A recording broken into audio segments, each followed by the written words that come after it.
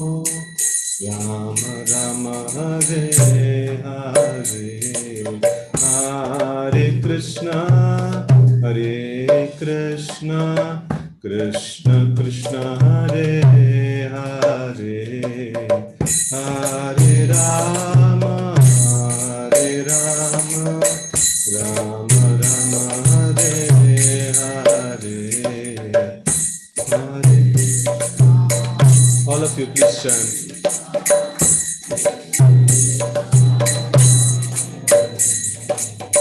Hare Rama Rama Rama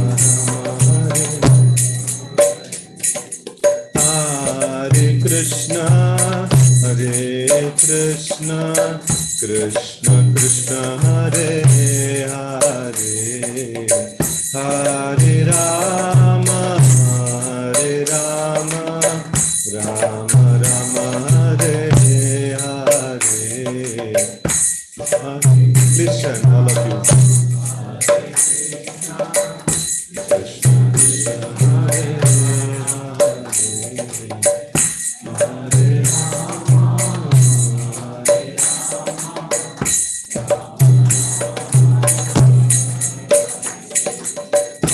Hare, Hare Krishna Krishna Krishna Hare Hare, Hare Rama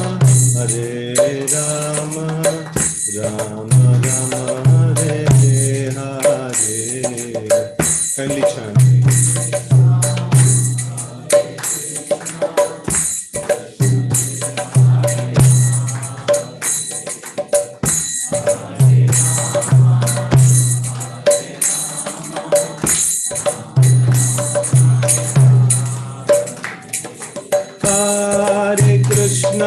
Hare Krishna Krishna Krishna Hare Hare, Hare Rama Rama Rama Hare Hare, Hare Krishna Krishna Krishna Hare Hare,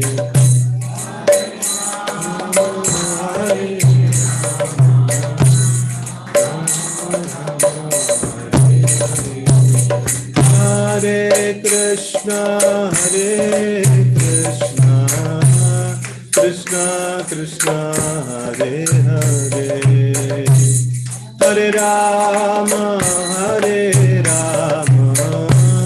Rama Rama Hare Hare, Hare Krishna Hare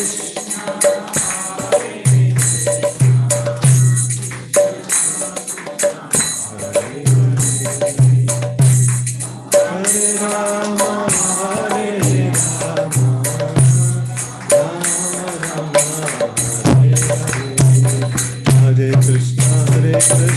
Krishna Krishna Hare Hare, Hare Ram Ram Hare Hare.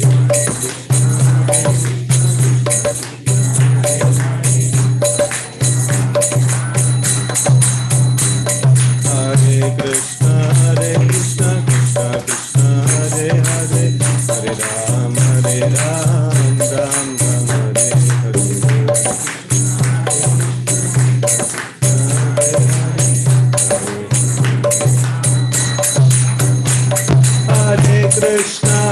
Krishna Krishna Krishna Hare Hare, Hare Ram Ram Hare Hare. Hare Krishna Krishna Krishna Hare Hare, Hare Ram Ram Hare Hare, Hare Krishna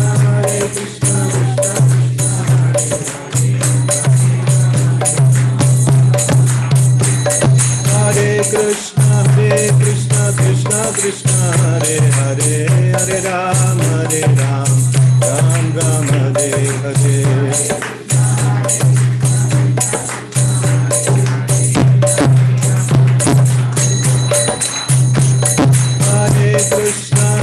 Krishna Krishna Krishna Hare Hare, Hare Ram Ram Hare Hare.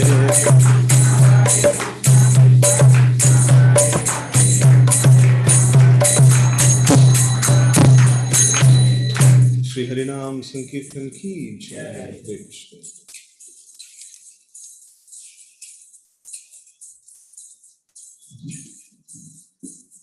Hare Krishna. So we welcome you all of you for the third session of this Gita course. Members are reducing, so more and more fortunate people are coming. So thanks a lot for coming and spending time on this Saturday. We are extremely fortunate today. So we have association today from His Grace Harishetra Prabhu. So just to briefly introduce Prabhuji. So Prabhuji is a center head for ISKCON Whitefield, ISKCON ACS, and he's basically an engineer by education, a gold medalist, and he's completed his MS from British Pilani. He started his journey, spiritual journey with ISKCON in 2005. In 2009, he decided to devote his entire life in the service of humanity. Under his leadership, now in Bangalore, we have multiple centers. One of the centers is where we are sitting right now. Apart from this, there's a center in Panathu, there's a center in Kannamangala, there's a center in Kiarapuram, and all these centers have been developed under the leadership of Harishetra Prabhu. He's very learned, and we are very fortunate to have this association today. I expect that we ask all sort of questions to Guruji and take advantage of this class. Hare Krishna. Thank you so much. Hare Krishna. Thank you. So, all of you have come here on this very auspicious occasion. So, the auspicious occasion is Gita is being spoken, right? So, that is very auspicious. And, sometimes people say that Gita means it is going to create war. No? So, after Gita, what happened? After Gita, what happened? War happened. So, but that is not the case. After Gita, the adharma was removed and dharma was established. No, a peace, a long-lasting peace has been established, right? So that's the real understanding of this. So before we enter into understanding the Gita, so let us offer our respects to His Divine Grace A.C. Bhaktivedanta Swami Srila Prabhupada, the founder Acharya of International Society for Krishna Consciousness, that is called as ISKCON. Because of his endeavor, this complex subject, Gita, is being made easily available, easily understandable. How many of you have come across personally or heard from somebody that Gita is very complicated? It's not possible for us to understand. How many of you have come across such a statement? Right? So many of you would have got. So, but such complex Gita is very simply, in a very simple language, it is explained by His Divine Grace A.C. Bhaktivedanta Swami Prabhupada. And also, because of his endeavors all over the world, even people who are not connected to our Vedic roots, like the Westerners, even people like that, they are able to understand Gita. They are able to implement Gita in their life, right? So that is the amazing aspect of, amazing glory of His Divine Grace.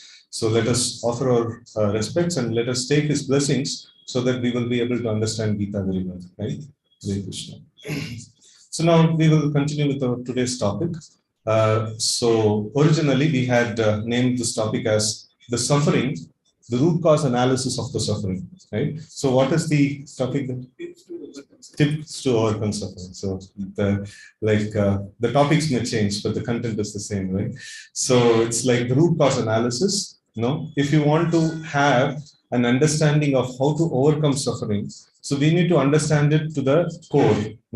So if we understand like what is it, from the core, so then very easily we will be able to overcome that, right? So that is why even in our software understanding also, if there is a bug that comes, first thing that we do is root cause analysis, right? So what is the root cause? If I don't know the root cause, I can give a what do they call as cosmetic fix. Cosmetic fix means like error screen is coming, you just remove the error screen. The whole problem is solved. But then there is something that is causing the error. We need to find that and fix it, right? So in that way, we have to find the root cause of the problems, the sufferings. So then we will be able to effectively overcome them, right? And we have very wonderful tips for these things here. So the agenda goes like this. A little bit of recap of the previous session. So that is the first session. We saw various needs that are there for the human beings. We have the physical need, the emotional need, the psychological need, and various different needs are there. And for these different needs, we have made arrangement, for our, for example, the physical need.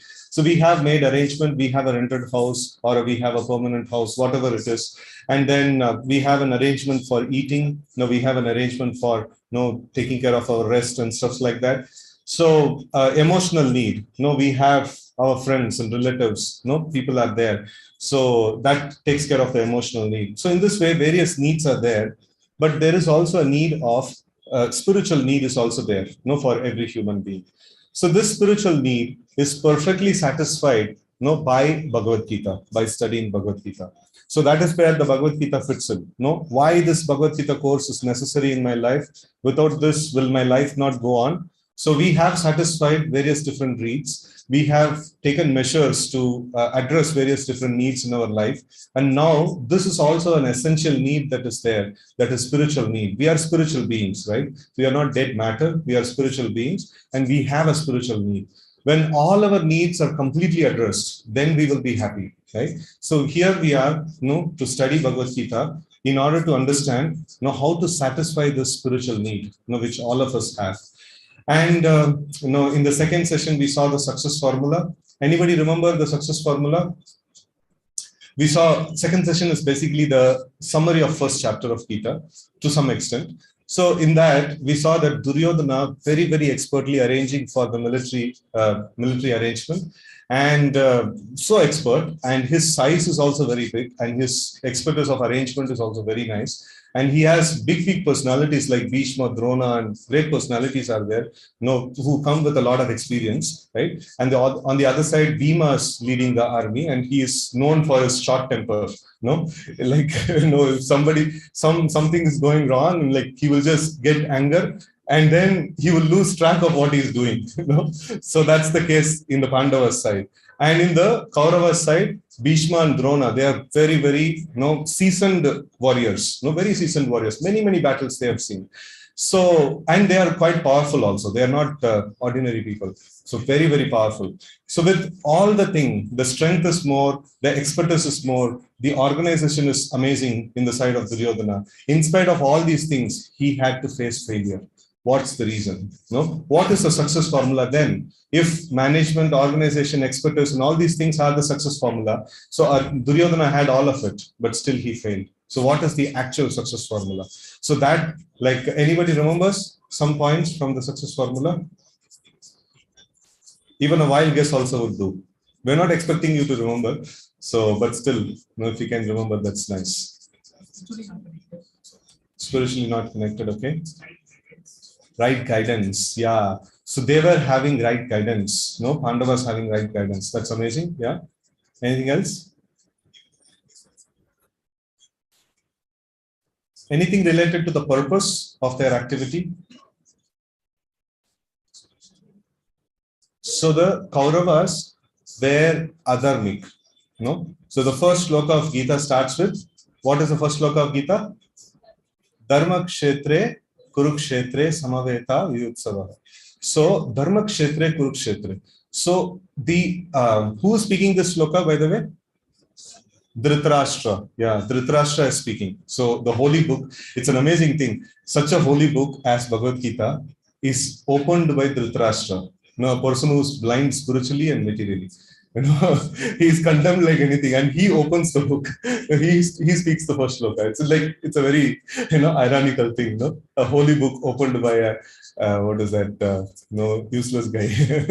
So it's a nice thing. So Dhritarashtra is in so much of anxiety. My sons are 100% adharmic. They have not done any dharma in their life. And here is Dharma Kshetra. It is a holy place. No holy place will have an adverse effect, for the sons of mine who are adharmic. He's in so much of anxiety.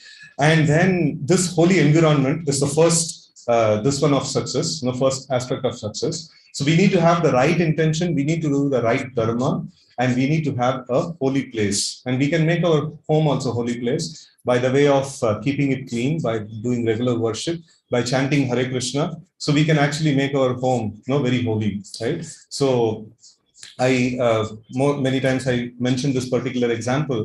Once we had a call from a person who's there in the abroad, and then he called and said, "So we have a house in Bangalore, and then it is haunted. It's ghost haunted.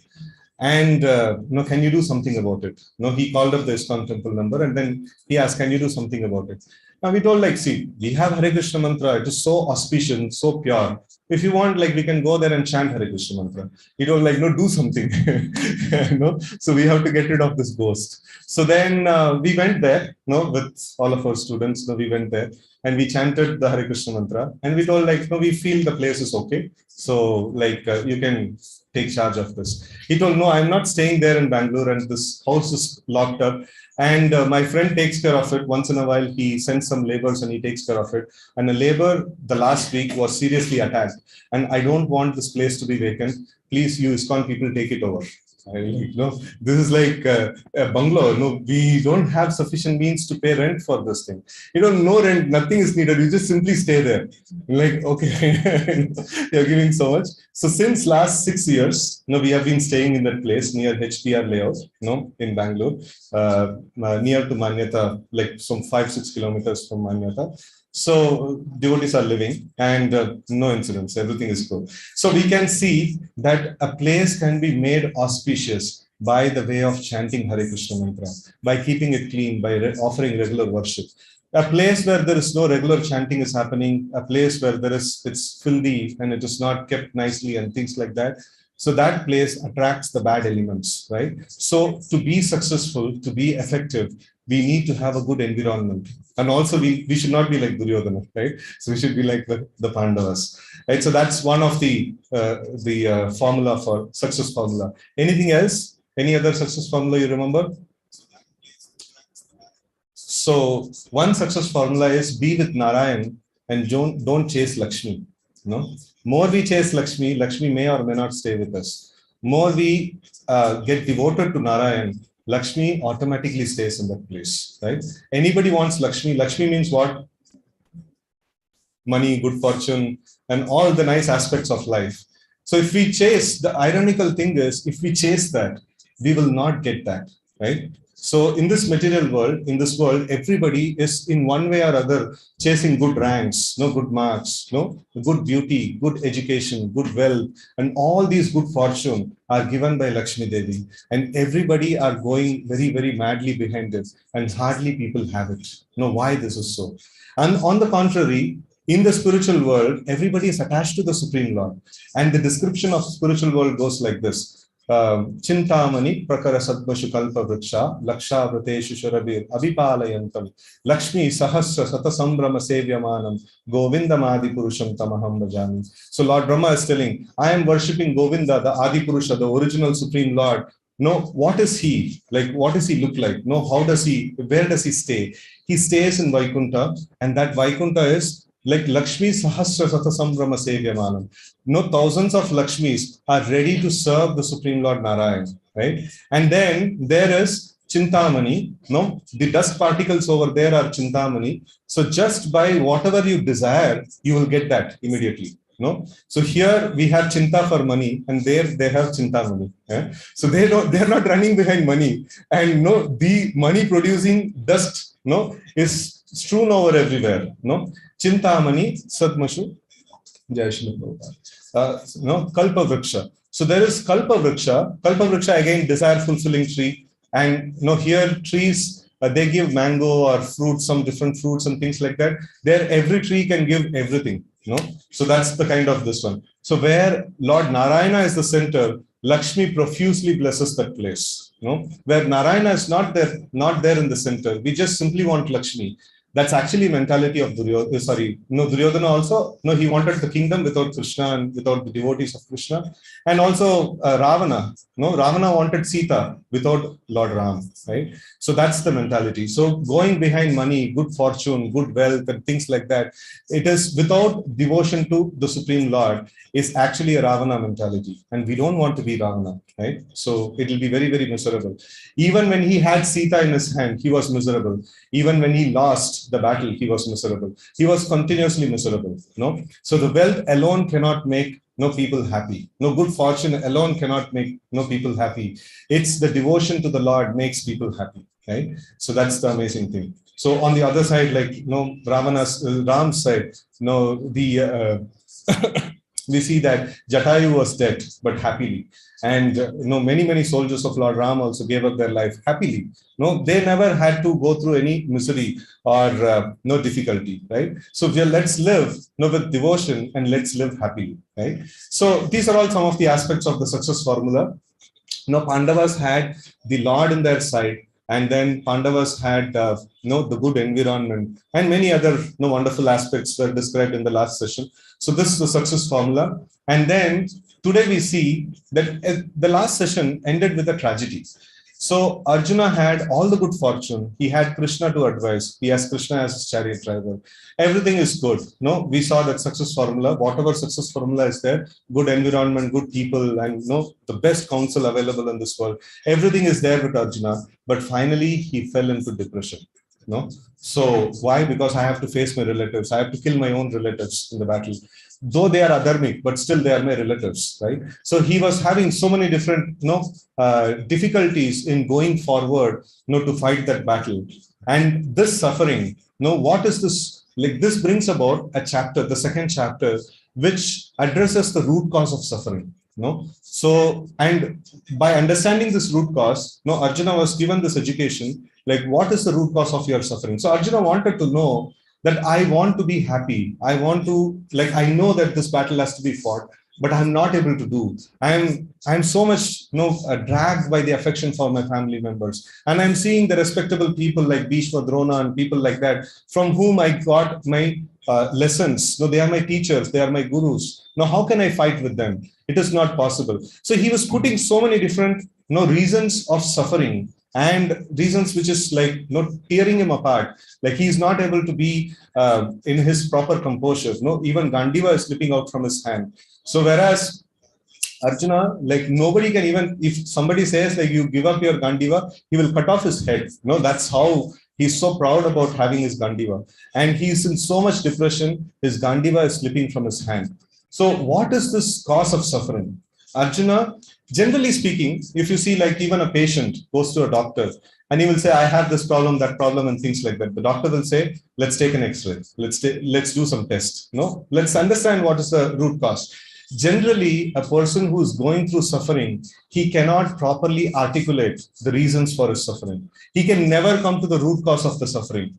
Hardly he comes to the root cause of suffering. He always requires a support. He always requires a guide, right? So who can actually make them understand what is the actual root cause of the suffering. By ourselves, we will have the wrong diagnosis. We will not be able to come to the right diagnosis. And for Arjuna, he was not able to come to the right root cause of suffering, and he is submitting to Krishna, saying that karpanya dosho pahata swabhavaha prichami tvam dharma sammuda chetaha. He is telling that I'm not able to understand the cause of my suffering. I'm surrendering unto you. Please let me know. Please give me some clarity. How can I overcome this suffering? Right. So that's the position that he is putting in. And when he does this thing, Krishna analyzes the suffering. And then he gives him the knowledge, the root cause. He makes him understand the root cause of suffering, and then he gives him the solution, to get out of the suffering. And so all these things that is there. So we will see all of them, and also we will see a wonderful practical tip that we can carry home and implement, and straight away, experience the relief, from the suffering. Right. So now we'll see the various causes of sufferings. The session is still which time? 6:30. Huh? It's till 7. Okay. The audience is saying it should go till 7. Okay, let's see. we will try to cover this. So the causes of suffering, there are many different causes. One is attachment to the temporary things, right? And attitude of comparison, fear of failure, and then committing wrong activities, right? So these are all the root cause of sufferings, or not root cause. These are all the causes of sufferings. We will, towards the end, we will see the root cause of suffering. So now we will see all of them in detail. So how this is the cause of suffering. The first thing is attachment. So this is nicely explained through an example. It's an imaginative example, and kindly imagine yourself in this position, right? So what I'm trying to explain. So one of your friends come to you, and then he says that I'm going outstation, and I have a lot of money at my home, and I'm not feeling safe. Now, can you take care of this money for some time? No, maybe 1 crore of rupees. No, he is giving it to you.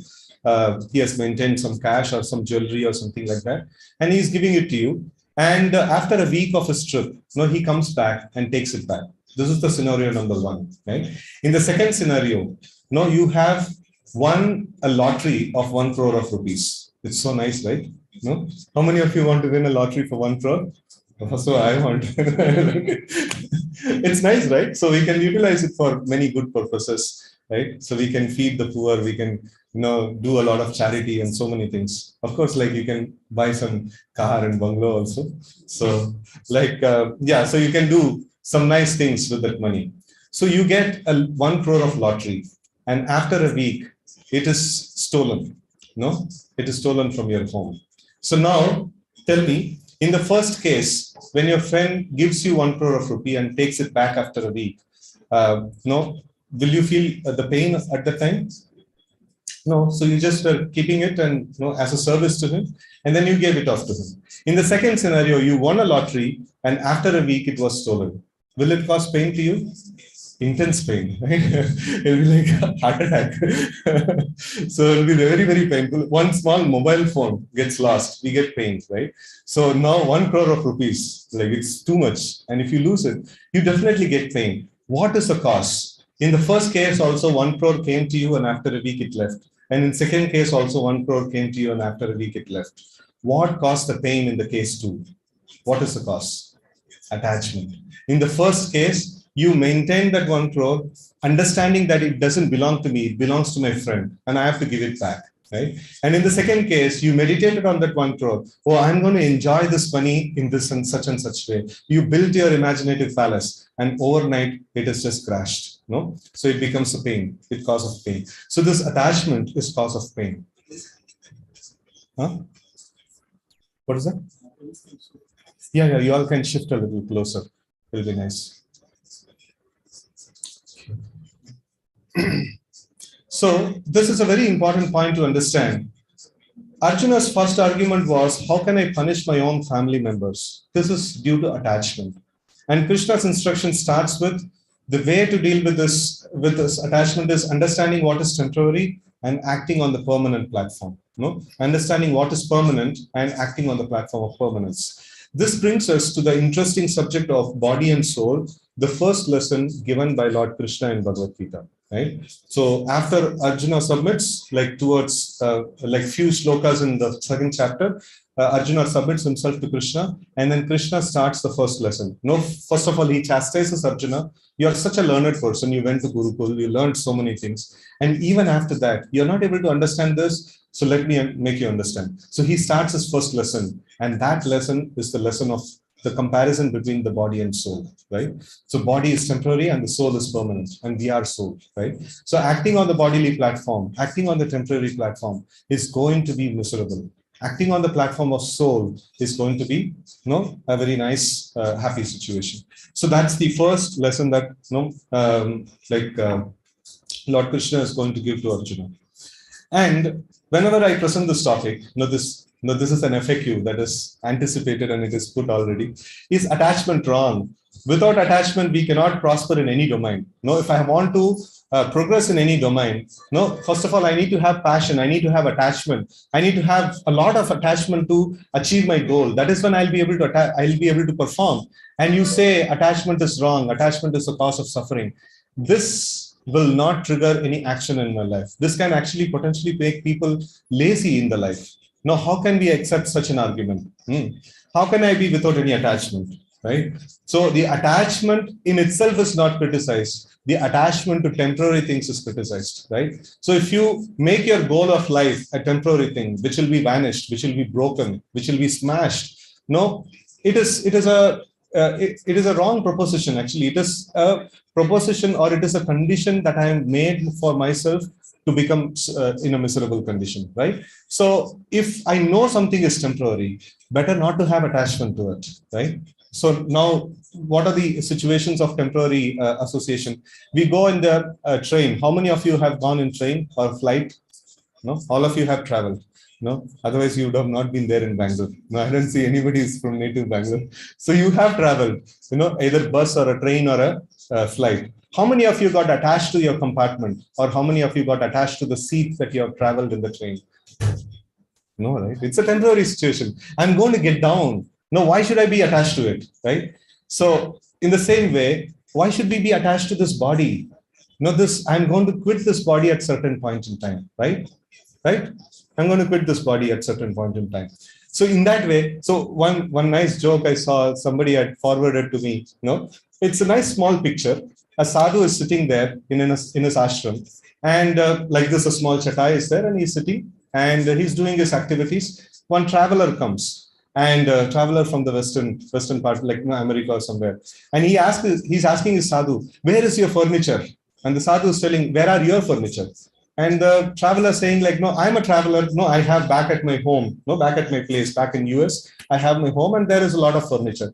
And the sadhu is also telling, "Yeah, I'm also a traveler. No, my home is in Vaikuntha. No, so my home is in the abode of the Lord, and I have all my furniture there. No, I'm also a traveler. I'm not investing much." Right? So this is an amazing one. So attachment to the temporary things causes suffering, right? Attachment to the permanent things. Like permanent things are always permanent, developing attachment to them. So developing attachment to the Supreme Lord, developing attachment to the people, identifying them as spirit souls, not as the bodies. No, that's very nice, actually. Help people at the level of soul, not at the level of the body. Right? So that kind of attachment is good, but attachment to the superficial things of this world, it is short method or short formula for suffering. Right? So that's why many people in this world, they look for happiness, but they are not able to get happiness. So now let's chant this first shloka. I'll just tell each and every word. You can repeat after me, and then we will chant the shloka together. Right? Dehino asmin yatha dehe kaumaram yavvanam jara tata dehantara praptir dhiras tatra na muhyati. So now we will chant together. Dehinosmin yata dehe kaumaram yavvanam jara tata dehantara praptir dhiras tatra na muhyati. So Lord Krishna is mentioning that Dehi, Dehi means the possessor of the body. Deha means the body. Dehi means a person who is having that body. Dehi nosmin yata dehe. So there is Deha and Dehi. Two things are there. And then Kaumaram Yavvanam Jara. So this Deha, it is going from Kaumaram. It is going from the Kaumara means childhood phase. And Yavvanam means the youthful state. And Jara means old age. The body actually transforms from youthful body to like childhood body to youthful body to old age, right? And then tata dehantara praptir, deha anta. Anta means like when the body is quit. Tata dehantara praptir. You will get what you will get. Like you will get another body. And you will get another body. And dhiras tatra na muhyati. A dhira, a very very solid person, a very sober person, he will not get disturbed by the loss of this body, right? So now Arjuna is lamenting for the loss of the body of his relatives. And Krishna is telling, no, be a dhira, be a sober person. No, a sober person will not lament for the loss of the body. The body, in fact, even if it is not forcibly taken, slow poison. No, it acts like a slow poison. From the boyhood body, we get a youthful body, and from there we get an old body, and then one day all of us have to face the bitter reality that is called death. Right? So all of us have to face that. But a dhira, a sober person, will not feel bad about it, will not suffer in that condition, because he knows this is the way this world is. No, just like a small child playing with a toy. No, it's playing very nicely, it's so happy, and when the toy breaks, no, the child is sad. Is the parent sad? Why the parent is not sad? Because the parent is a dhira. In that scenario, in that case, the parent is a dhira. They understand this toys will come and it will go. No, so today this toy will break, tomorrow we will get another toy, and that will also break, and this is going to happen. But the child, it develops attachment to the toy. No, the child doesn't know that it is a temporary thing. No, and these days in Kali Yuga, the marketing is the kind of economy that is there.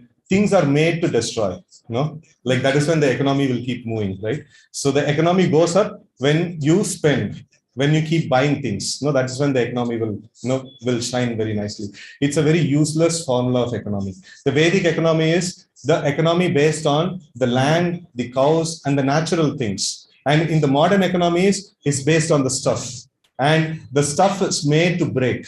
No, like you buy a washing machine. I had one devotee, like, he was working in the service industry, and he was telling that, see, like, I'm having very difficult time. These people, they stop by a plan, they stop the products, they stop the spare parts, for a particular model after 2 or 3 years. And after that, a person, if the AMC and all those things are there, but even if you have all those things, you are forced to buy a new thing, because it is designed, the whole mechanism is designed that whatever you have has to break in a few years, right? So you see that olden days, like your granny's home or something like that, the furniture is there for a long time, and everything in their home is there for a long time. And there is an ambassador car which is there for 30 years, 40 years. And now you take a car, like, it's designed to break in 5 to 10 years. That's all. After that, if you have it, no insurance company will cover it, right? So it's gone. No, you are by insurance way, the spare parts way, by every way, like you're forced to buy new things, right? So the elder people, they know. The child doesn't know these things. My toy is made to break, So the child develops attachment to it, and then it cries, right? So in the same way, a dhira, a sober person, we should understand this body is made to break. This body is made in such a way that one day it will break, right? So this is like a toy that is given to us, Kilona, right? And the reality is we are spirit soul, and spirit soul will never die, right? So all other people that we interact with, actually they are all spirit souls and they never die. Only the body that we possess, it actually goes. And a dhira, a sober person, will not feel bad for it, right? So that's the first teaching of Krishna to Arjuna. And we see that this deha and dehi. So the dehi is the soul, the spirit soul. So that's there in the center. And the deha is put into 2 different kinds of bodies. Now, one body is the subtle body, and the second one is the gross body. So we will see them in detail in the next shlokas that comes. So now I'll try to chant the shloka. You try to catch up with me, right? So it will be very nice and auspicious to chant these shlokas. So in a few sessions, you will get geared up to chant these Sanskrit shlokas, right? Bhumirapo analo vayo kammano buddhirevacha ahankara iti yamme binna prakritirashtada. So earth, bhumir, apa, anala, vayu. So bhumi means earth, apa means water, anala means fire, and vayu means air, and kam means the ether, the space that is there. Kam mano buddhir evacha. Ahankaram iti yamme. So mind, mana means mind, and buddhi means intelligence, and ahankara means ego, right? So this all iti yamme binna prakritir ashtada. There are 8 things that are there. What are the 8 things? The panchabhuta, earth, water, fire, air, ether, and then mind, intelligence, and ego. All these 8 things put together, so it is called the Binna Prakriti, Lord's energy, Binna Prakriti. And here, that Lord's energy, we are having it as a body, right? So this body has the earth component, it has the water component, it has the fire component also. Like without the fire, we cannot digest right? So, and then Vayu, the air is there. So air imbalance means like you will have a lot of joint pains and stuff like that. So then air is there and space is also there, right? So all these 5 elements are there. And on top of it, we have mind and we have intelligence. You have, right? Intelligence, yeah. I think you have. So Mano, Buddhir, and ego. All of us have ego, right? Ego means like self-identification, right? So the concept of identifying ourselves as the body is also an ego. The concept of identifying ourselves as a soul is also called an ego. Ego means our identification, our profile. No, you can say like, no, all of you have a profile, right? So Facebook profile and YouTube profile and various profiles you have. So this profile, no, the profiling is called the ego, right? Okay. So apariyam itastvanyam prakritim vitti me param jiva bhutam mahabaho yayedam daryate jatat. No, apariyam itastvanyam. So till now what has been described, these 8, they are all apara. No, para means superior, apara means inferior, right? So till now what has been described, this panchabhuta and mind, intelligence and ego, this is called apara prakriti. And prakritim viddhi me param. There is another prakriti of mind. There is another energy of mind, Krishna is telling, which is superior. What is that? That is Jiva Bhuta. That is a soul. That is the living entities. No, all of us as spirit souls, we are one. We comprise of one energy of the Lord, and the earth, water, fire, air, ether, and mind, intelligence, and false ego. That is belonging to another energy, which is called the Jada Prakriti or Apara Prakriti, the inferior energy, no, the dull material energy. And there is superior thing is we are all conscious, right? So the living entities are conscious. So we are conscious living entities. We are one energy of Krishna. And this body is made of another energy of Krishna, which is dull matters. Just like we are there, we are made of the biological things. And then we have a vehicle, the car, which is made of mechanical things, right? So in the same way, the soul is made of the spirit, the spiritual nature. And then the body is made of the material nature, like that. So these 2 things are there. So this is nicely put in the chart here. So earth, water, fire, air, and ether. So this is there, Bhumir, Apa, Anala, Vayu, and Kam. And then Mana, Buddhi, and Ahankara. So these things are subtle body. So gross body means that which can be perceivable by our direct sense perception, and subtle body means that which cannot be perceived by a direct sense perception. So this is also gross body also from grossest to subtle it is given. Earth can be perceived by our eyes, and we can touch the earth, we can smell the earth, all our senses can be involved. But ether is space. A space can only be felt. It cannot be. You cannot feel it through your senses, right? So through space actually travels the sound. Ether is the representation of sound. So only one sense is activated in ether. And in air, the blowing of air we can actually hear, and we can actually touch and feel also. So 2 senses are involved. And fire, we can hear, the burning of the fire, and we can touch and feel. We should not touch. So then the feeling will be too much actually. And then we can also actually, what is the next thing that is enabled? The vision. We can actually see the fire, right? We cannot see the air, but we can see the fire. So 3 senses are involved. And water, what is added here? Taste element is added. And earth, the smell element is added, right? So in this way, earth actually engages all the 5 senses, and ether engages only one sensor, only one of the senses. And mind, intelligence, ego, they cannot be perceived by our senses.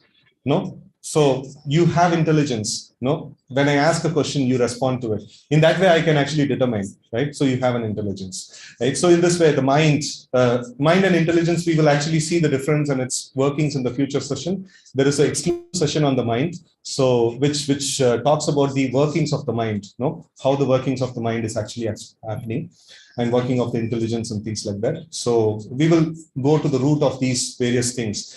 In that way, the Gita is a study of our own self, the body and the environment that we are there in, and all the things that are happening around us. It's a very deep and systematic study, which is very, very close to us, very related to us, right?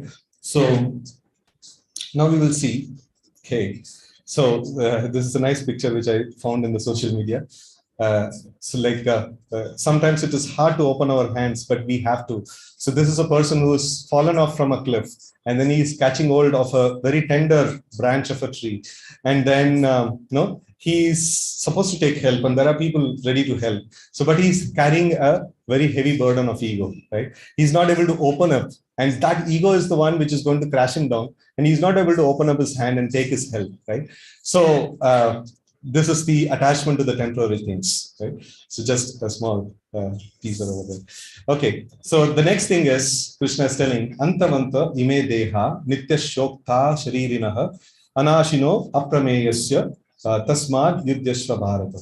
So the material body of the indestructible, immeasurable, and eternal living entity. So that is the living entity, the soul is indestructible and eternal and immeasurable. No, that's the capacity of the soul, right? And the body that it possesses, no, what is it? It's sure to come to an end. No, this body that we have is sure to come to an end, but the soul in itself is permanent, right? And O descendant of Bharata, no, so like, please understand, this body is temporary and you, the soul, are permanent, right? And then Vashamchi Jirnani Yata Vihaya, Navani Granati Naroparani, Tata Sharirani Vihaya Jirnani, Anyani Samyati Navani Dehi. So just like we use our clothes and when it becomes old, we throw it off. In the same way, no, like when the body becomes old and useless, what we do? No, we Anyani Samyati Navani Dehi. No, we take a Navani, like no new body, right? So we accept a new body. So this is some very nice instruction that Krishna gives. So Ishvara Sarva Bhutanam Hridadesha Arjuna Tishtati Brahmayan Sarva Bhutani Yantra Rudani Maya. Actually, this shloka talks a lot, but in this shloka we are focusing on the highlighted text. Yantra Rudani Maya. No, like a machine made of material energy. So this body is described in Bhagavad Gita by Lord Krishna as an yantra, not just like a car or a vehicle that you will describe. No, it's a vehicle that I use to go to a destination. In the same way, this body is given for a certain purpose, and this is a machine. And this is a machine made of the material energy, right? So this is something that Krishna actually puts it, that yantra rudani maya, no, a machine made of material energy. And material energy means earth, water, fire, air, ether. And if you see, like, if you open a car or any mechanic shop, no, you might have passed by. So like very ugly looking, no, this one parts are there. In the same way, like, you know, this body is also, you open it up, the outside it looks very nice. No, you just open it up a little bit. No, Srigol Prabhu and no Madhukant Prabhu are doctors. No, they know. If you open a little bit, you slit the skin a little bit and open and see, it's so obnoxious. No, it's so like it's very difficult, you know, to see the body inside. So exactly an Yantra Rudani Maya. And the what is that? The car manufacturers, they make it very sleek, they make it very attractive, they advertise and things like that. In the same way, the human body is also showcased and advertised in so many places, right? It's so beautiful. But just open this body a little bit, it's so obnoxious, right? So that's the make of this body. So all the nuts and bolts, which are not very good looking, are put inside, a nice cover is given. In the same way, no, Brahma actually packs up this body with mucus, bile, stool, and all these things. No, kapha, vata, pitta, like, no, according to Ayurveda, this body is made of kapha, no, that is like mucus, and vata is air, and pitta is like fire. So it's a baggage of kapha, vata, pitta, no. So, and this baggage of kapha, vata, pitta is like given a nice coating of skin, and people go mad, no, behind this body. It's so amazing, right? So it's actually a machine made of the material energy, right? So this body is destructible. No, it can change, no, just as we change the clothes, and it's just a vehicle, right? And the soul, on the contrary, is nainam chindanti shastrani, nainam dadati pavakaha, nachainam kledayantyapo, na shoshyati marutaha, right? So nainam chindanti shastrani. You cannot use any weapon and destroy the soul. You cannot cut open a soul, right? Nainam dahati pavakaha. Pavakaha means fire. You cannot burn the soul with fire. No, it's not possible. Nachainam kledayantyapo na shoshyati maruta. You cannot actually hamper or destroy the soul by any means. No, it is like a raging wind cannot just throw away the soul. A burning fire cannot burn the soul. No, any shastra we cannot use and like cut the soul. It's not possible. The soul is permanent, right? And then achedyoyam, adahyoyam, akledyo shosha evacha, nitya sarva gatasthanu, achaloyam sanatanaha. The individual soul is unbreakable and insolvable and can neither burnt nor dried. He is everlasting, present everywhere, unchangeable, immovable, and eternally the same. Right? So it's like very solid principle. The soul is permanent and the body is temporary. No? So that's the point that he's driving towards. And then we have on this basis in the whole of the world, there is a lot of this one challenge that is coming to the religion as such is challenged by the way of, oh, these people, they believe in some fairy tales, no? They believe in reincarnation. They believe in that, no, this like karma is there, and then you have to do good and you'll suffer in the next life. Who have seen all these things? Just enjoy this life. Just break all the principles of dharma and just enjoy it. Like, who has seen the next life? Who has seen the past life? No. So this reincarnation is a very basic subject, right? So of religion, and it is being called as a religious sentiment. It is like, this is the different ways in which the dharma is attacked, actually. So that's why we thought of putting this particular aspect also here. So reincarnation is scientific. It's not just there in Bhagavad Gita. So it is also there, in terms of science and also common sense. We see that how do we communicate death of a person? In any one of the Indian languages, how do we communicate the death of a person? Hindi, no? देहांत हो गया, no, देह अंत हो गया उनका, like किसी का देह था वो अंत हो गया, like, no, so he has quit his body, no, like any other language people are there, चला गया, no, चला गया, like, no, वो था इधर, वो चला गया, body तो उधर पड़ा है, like, so the body is there, like, but then he is called चला गया, like, no, somebody was living there and he went. So intuitively we understand, this reincarnation, the concept of reincarnation was there as a common sense, subject. Intuitively it was there in our system, right? And then any other language speaking people are there? Huh? Paramapadam, not everybody go to Paramapadam. No. Okay. So Chan Payaru, like, no, El Payaru and things like that. No, Telugu, right? So yeah. So, huh? स्वर्गवास सबको नहीं मिलता है भाई no किसी किसी को मिलता है किसी किसी को नहीं मिलता but then like it is a nice this one like चाहे like whatever activities he has done in his life स्वर्गवास हो गया not just मर गया तो स्वर्गवास like just giving up the body you attain swarga. It is not possible. We have to do a lot of things. Here in the Bhagavad Gita, Arjuna is like battling his mind, like, if I fight this battle, it will become adharma and I'll have to go to hell. He's thinking, this whole point. So anyway, so this is a common terminology that is used. That's nice, like, so we appreciate that person. So, but the other thing that I was looking for is this dehant, or like, chale gaya, like he left. So that's a common thing that is there in many of the Indian languages, right? So, so even in English language also, so he passed away, right? So that's there. So this, like after he is dead, like, we call that, he has left this place. So now this is a common sense understanding. And then we have many wonderful understandings of reincarnations are there. This is a person like who was Deep Kapadia. He was working as a security in Udaipur Fort, and then like there later he was born in Mumbai, in Borivali. And when he was just 3.5 years of age, he started speaking the Marwari language. And then parents thought, there's some kind of a, like, pagal ho gaya, bacha. And then, they like tried to give so much of medication and things like that. It didn't work. And then he actually told, my home is there in Udaipur, my family is there, my children are there, you take me to Udaipur. And the parents took him there. And then there he identified a 33-year-old man. He is just a 4-year-old child, and 33-year-old man as his son. And then he was telling about all family members. And then he was a security. He was working as a security in the fort, and he knew a particular rifle that is kept on the second floor behind a picture. I was like, and then a old kerosene lamp or fan was there, which nobody knew how to operate, but he knew how to operate. So like, past life memory. This shows that this soul was there in a body of a security of Udaipur Fort. And then later on, he got reincarnated as a child in Bombay. Right. So now this is this one. And then this is one of the cases of the Ian Stevenson's research. And then here he says, reincarnation, at least as I conceive it, does not nullify what we know about evolution and genetics. It suggests, however, that there may be two streams of evolution. the biological one and the personal one, the body and the soul, right?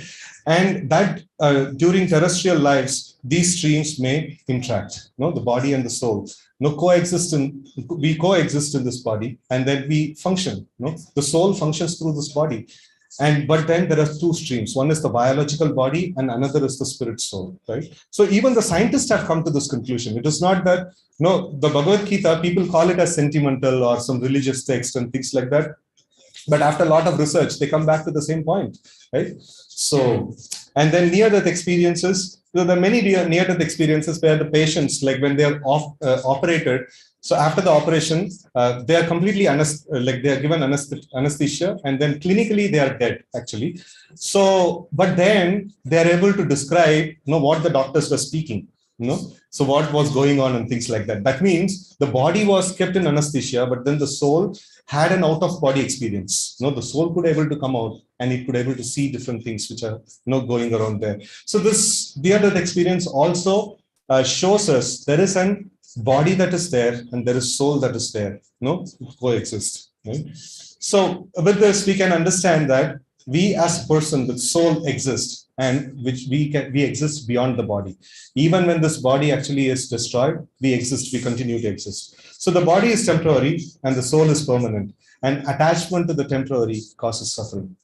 All that we had described in the last half an hour or 40 minutes is for this point, that the body is temporary. We systematically analyzed that this body is temporary. Anything in connection with this body, we have attachment to it. It is going to create suffering, right? So that's a very important point. Okay. So then the next cause of suffering is the attitude of comparison. So this is another very big problem. There is a nice story. So one devotee of Mother Kali, he was worshipping Mother Kali, and he was very, very severely worshipping, and Mother Kali appeared to him. And then he told that, Mother asked, I'm very pleased with your devotion, so please ask me a boon. And he asked that whatever I desire, I should be able to have it. So Mother told that, no, granted.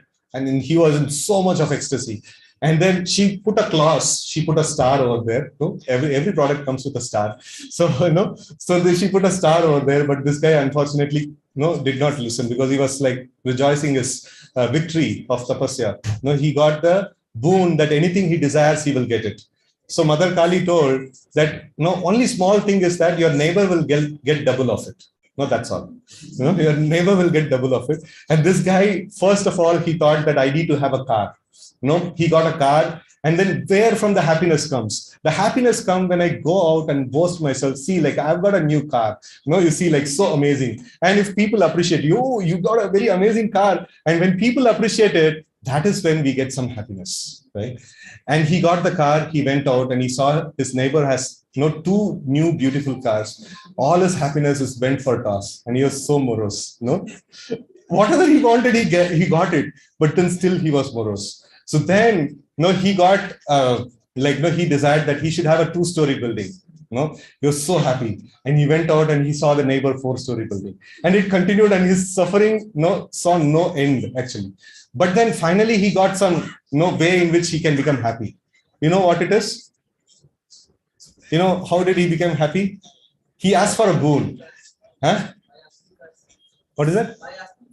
By asking a curse. And curse on himself. He prayed to Mother Kali, let my one eye be plucked out. So his one eye was plucked out. It's so much pain it is. But then he went out and he saw his neighbors, both eyes were plucked out, and he felt happiness. The happiness actually comes from the difference, the delta, from what you possess and what your neighbor possesses, right? So that's the delta that actually creates happiness. Such a flimsy thing, right? It cannot be the definition of happiness, but this is what is happening. This is what the world defines as happiness. Your neighbor has something. Your friend has something. You should get more than that. You should work hard and you should get more than that. Definitely, this is not the formula of happiness. We should not buy into this argument of the world that is the thing that is being promoted in this world. If we buy in, then finally we'll resort to happiness only in this way. Finally, we'll pluck out eye and then we'll become happy. Right? So it is a self-torture. The happiness that is described by the materialistic world is another definition of self-torture. right? So that's the thing that is there. Now, the scriptures give this one of definition of happiness. So this I picked up, though Bhagavad Gita also has a solution, but then I found in Srimad Bhagavatam this amazing shloka. This shloka is Lord Kapila mentions, before starting the yoga, before performing yoga, you need to have a calm and peaceful mind. This is a very amazing yoga sutra.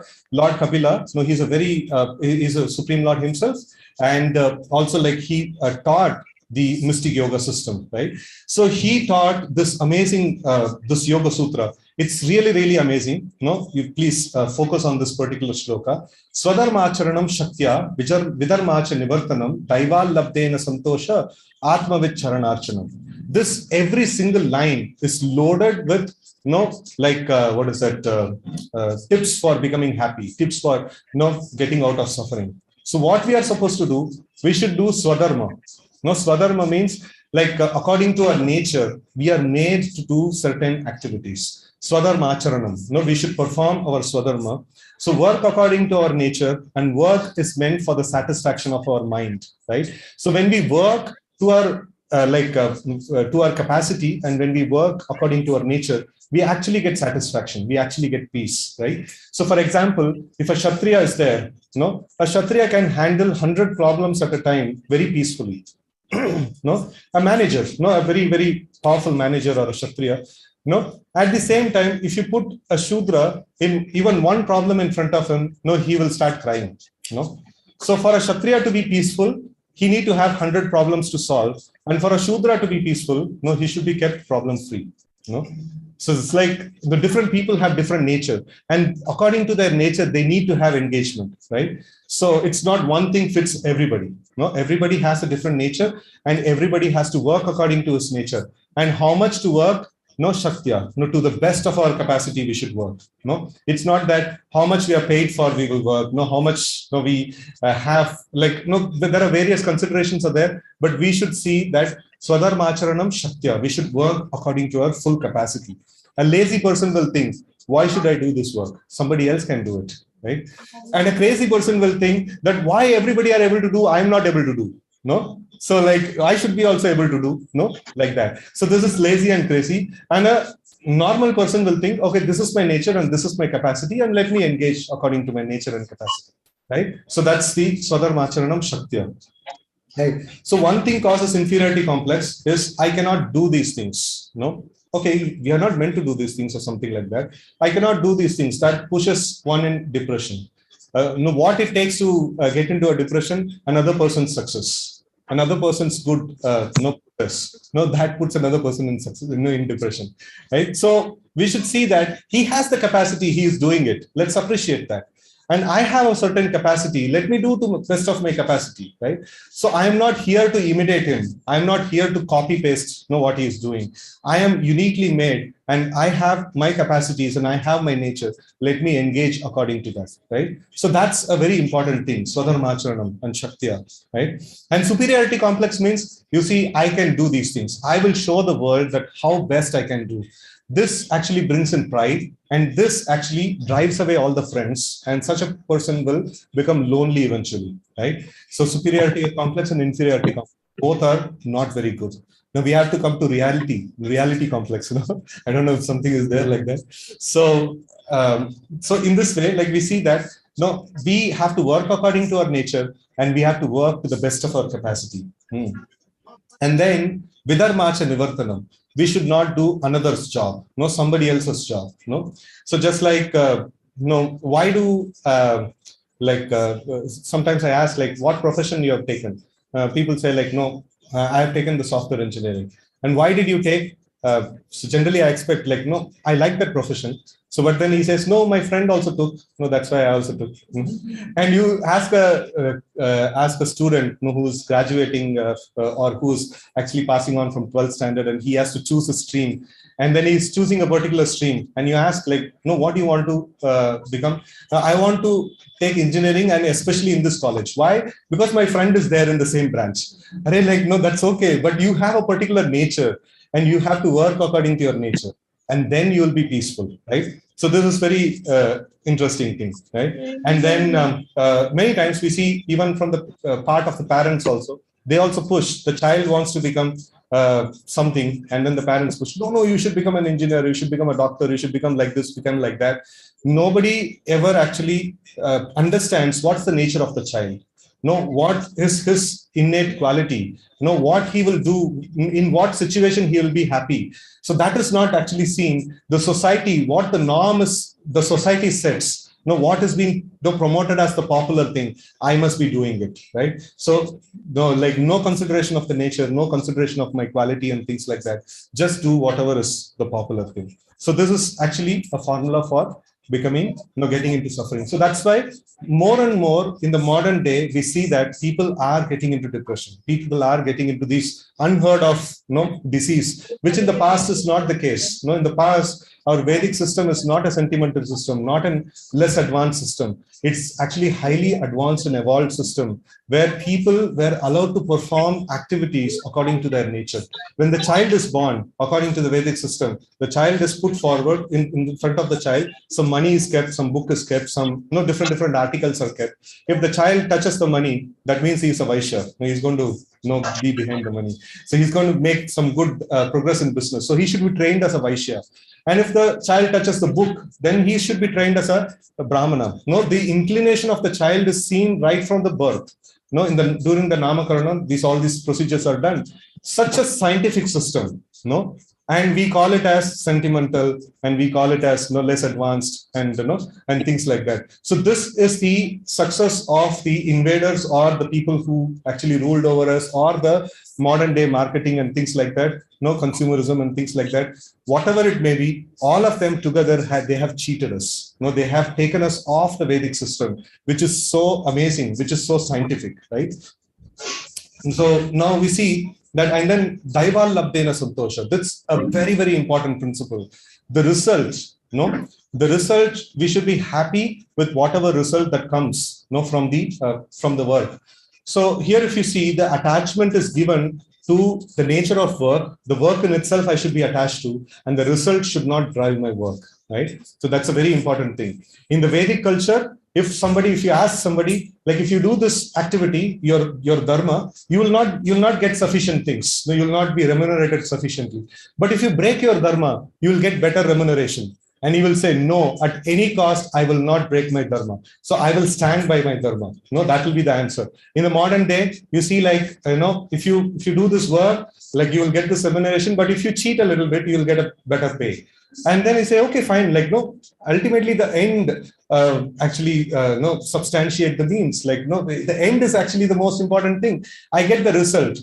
I get more money. So I can, break the dharma. I can actually go a little bit here and there, right? So that is the whole problem.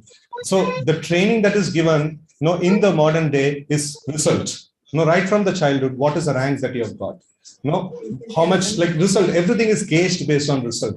Nobody says, if you have got a certain mark, nobody asks, like, did you put 100% in your studies? If you have put 100%, it's okay. You're perfectly okay. Anybody has told you like that till now? No. Why did you not get the result?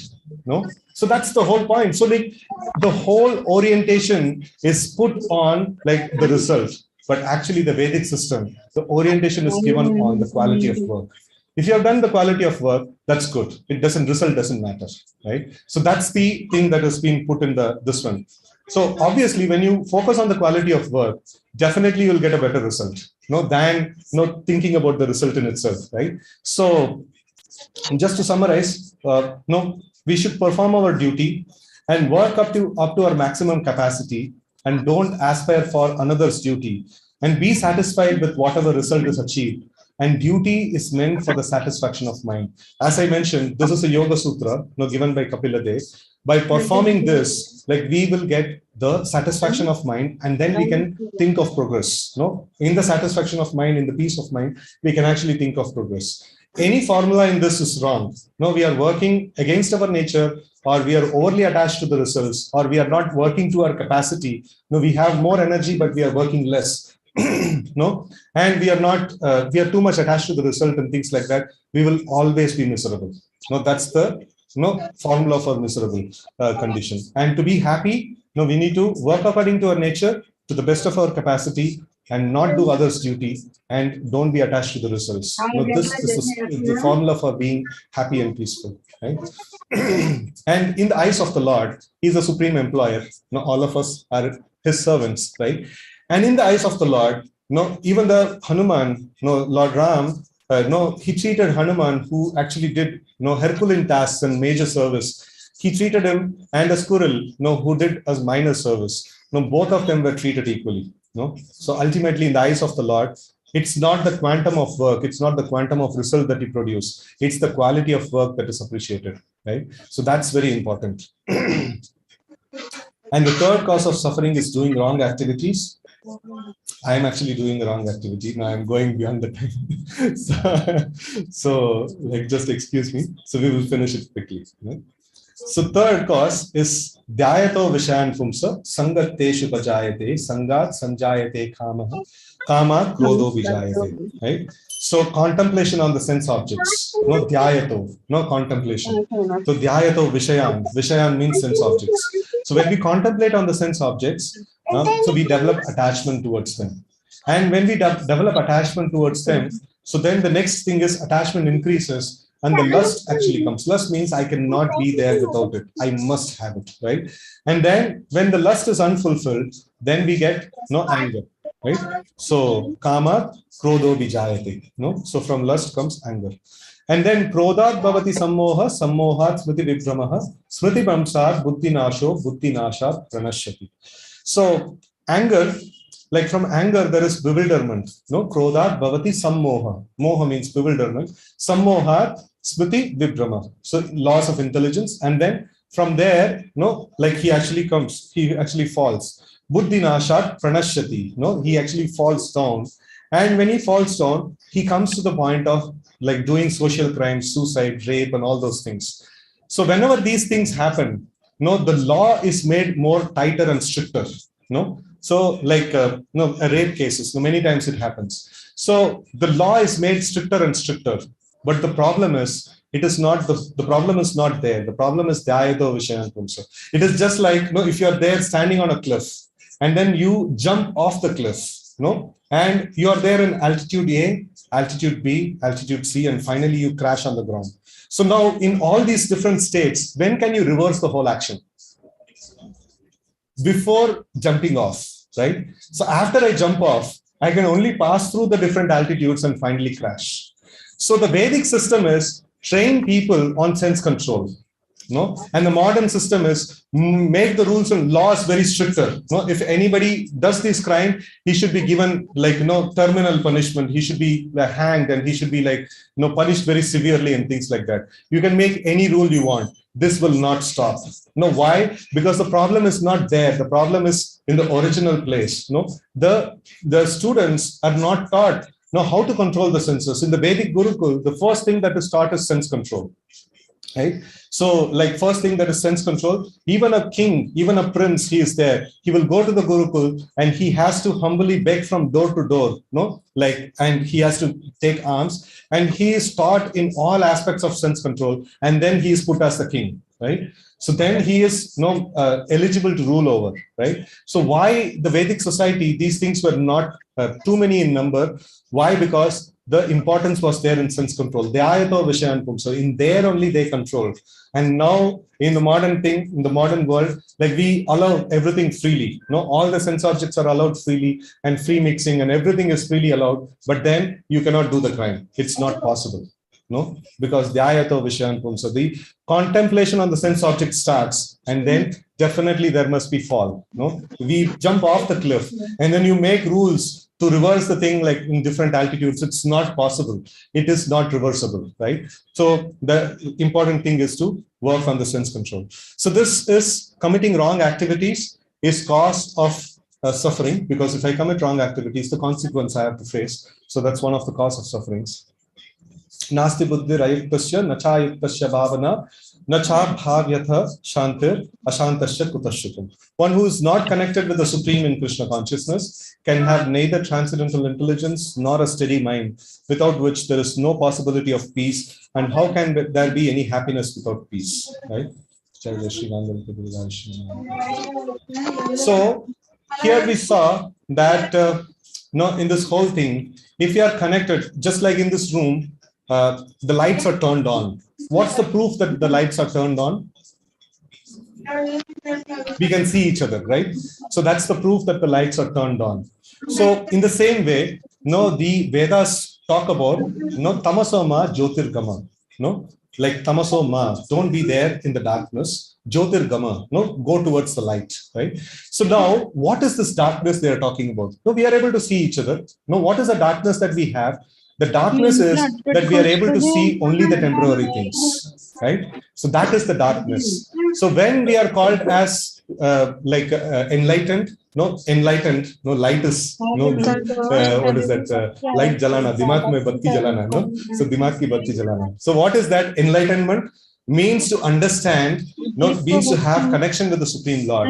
It is in the Vedas it is mentioned, Krishna Surya Sama, the Lord, the Supreme Lord is equivalent to the sun, Maya by Andhaka. So the Maya or the illusion is the darkness. Illusion means what? Seeing only the temporary things. We are not able to see the permanent things. The Lord is there, the spirit soul is there, and so many permanent things are there in the same in a different domain altogether. So but we are not able to visualize that domain. That means we are in darkness. That's what the Vedic scriptures call as darkness. And in darkness, we cannot be happy and satisfied. We cannot be at peace. So we have to become enlightened. We have to go to a higher level of knowledge where we will see that how the Supreme Lord exists and how everything in this world is connected to Him. And then we will not have any fear or we will not have any suffering. So just to conclude, I'll just give one. I'll just summarize this one with the definition of fear. Suffering, the suffering and fear actually is So fear, there is a definition of fear. In the scriptures it is mentioned, Bhayam dvitiyad abhiniveshatasya ishad apetyasya viparyayo mukha. So this means the definition of fear is that when I see a dvitiya, when I see something that is not connected to the Supreme Lord, then I get fear. Anybody have fear of your hand? Your own hand? Suddenly this hand may beat me, slap me and things like that. Anybody has fear of your hand? Why? Because you understand this hand is my part and parcel. Like this is part of my body. It is my own part. It cannot harm me, right? In the same way, when we become enlightened, we will see that everything that exists is part and parcel of Krishna, part and parcel of the Supreme Lord. And so the Lord is telling, Suhridam Sarva Bhutanam, He is our best well-wishing friend. In that condition, how can I be in miserable situation? I can never be in miserable situation. I am in the hands of my Lord, and everything that is present in this whole world is part and parcel of the Lord. And how can my Lord harm me? And not even a blade of grass moves without the sanction of the Lord. So by understanding and coming to this level of enlightenment, it is not going to come just like that. Just because I've told this, you will not get it. You have to chant very nicely and you have to attend these classes. And then you have to practically, there is a state change that has to happen in your consciousness. When that happens, you will really feel that state of enlightenment and you'll really feel the state of happiness and peace, right? So this is a state change that has to happen from within. It's not something a theoretical knowledge. It has to happen from within. So that's the enlightenment all of us are heading towards, right? So, and it is possible and we have to get it, right? So this is possible by the process of Bhakti Yoga. So now I'll just come to the root cause. The root cause is attachment to the temporary things and especially the body. So the body being able to perceive only at the level of body means we are ignorance. And we are able to perceive at the level of soul, that means we are enlightened. So like that. So now the root cause of suffering is attachment to the temporary things, or in other way, the root cause of suffering is the ajnana or ignorance, right? And the practical tip of the day is that which we had highlighted. So that is perform your duty. So like according to your nature, and work up to your maximum capacity. Don't aspire for another's duty. How nice and how lucrative, how popular it is. So, but still, if it is not according to your nature, no, refrain from it and be satisfied with whatever results is achieved. No, don't go behind the results. Go behind the quality of work. Go behind. No, you have to work to best capacity, right? So that is very important. And duty is meant for the satisfaction of mind and not to prove anything to this world, right? So, like you have to perform your duty to the best of your capacity and best of your nature, right? So that you have to do that way. So, with this, we come to the end of this presentation. Sorry, I overshot a lot, the time. So, any questions? Yeah.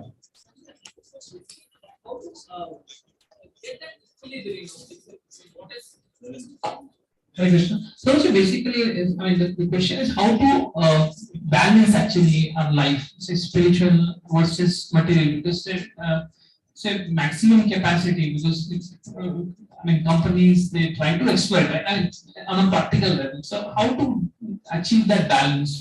So there are people who are for example, when I was not having the balance on my vehicle, I went to a person who could balance it nicely, and he gave us some tips, and then I could able to ride the vehicle in a balanced way.